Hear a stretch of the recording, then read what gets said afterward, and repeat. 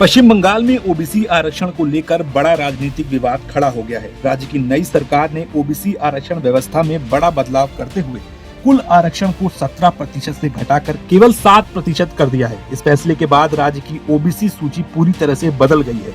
सबसे ज्यादा असर उन मुस्लिम उपजातियों पर पड़ा है जिन्हें पूर्व मुख्यमंत्री ममता बनर्जी की सरकार ने ओबीसी श्रेणी में शामिल किया था। अब इनमें से कई जातियां आरक्षण के दायरे से बाहर हो गई हैं।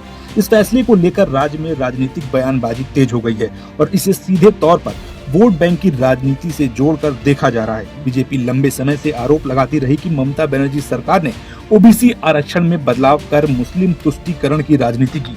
अब सीएम सुवेंदु अधिकारी की सरकार बनने के बाद बीजेपी ने उनके फैसले को पूरी तरीके से बदलकर 2010 की पुरानी व्यवस्था लागू कर दिया है। सुवेंदु सरकार ने साफ किया कि ये फैसला मई 2024 में आए कलकत्ता हाई कोर्ट के आदेश के तहत लिया गया है।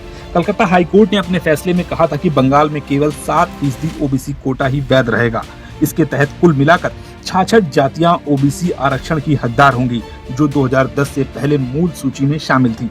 नई सरकार ने इसी कानूनी आदेश को आधार बनाकर पुरानी सूची को पूरी तरीके से रद्द कर दिया है, जो कि 2012 में ममता सरकार की ओर से लागू की गई थी। दरअसल साल 2010 में राज्य में कुल 66 जातियों को ओबीसी सूची में शामिल किया गया था, लेकिन 2011 में सत्ता में आने के बाद ममता बनर्जी सरकार ने इस व्यवस्था में बड़े बदलाव किए। सरकार ने ओबीसी ए और ओबीसी बी नाम की 2 श्रेणियां बनाई। ओबीसी ए में 49 जाति समूह और ओबीसी बी में 51 जाति समूह को रखा गया। इसके बाद मई 2012 में 35 और जातियों को इस सूची में जोड़ा गया। कुल मिलाकर जिन 77 नई जातियों को ओबीसी में शामिल किया गया, उनमें से 75 मुस्लिम समुदाय से संबंधित थी। इसके बाद राज्य में ओबीसी ए को 10% और ओबीसी बी को 7% आरक्षण दिया जाने लगा।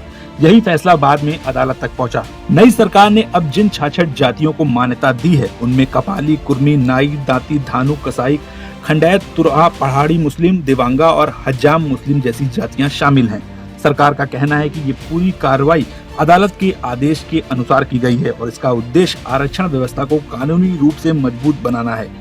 अब इस मामले में राजनीतिक बयानबाजी शुरू हो गई है। सुवेंदु सरकार के इस फैसले पर विपक्षी तृणमूल कांग्रेस सवाल उठा रही है। आरोप लगा रहे हैं कि जब यह मामला सुप्रीम कोर्ट में है तो इस पर स्टैंड लेने की क्या जरूरत पड़ी है। वहीं इसे वोट बैंक से जोड़कर भी देखा जा रहा है। दरअसल पश्चिम बंगाल में मुस्लिम वोटर ममता बनर्जी को सपोर्ट करते रहे हैं, इसलिए उन पर लगातार आरोप लगते रहे कि वह मुस्लिमों को खुश करने के लिए फैसला लेती रही हैं।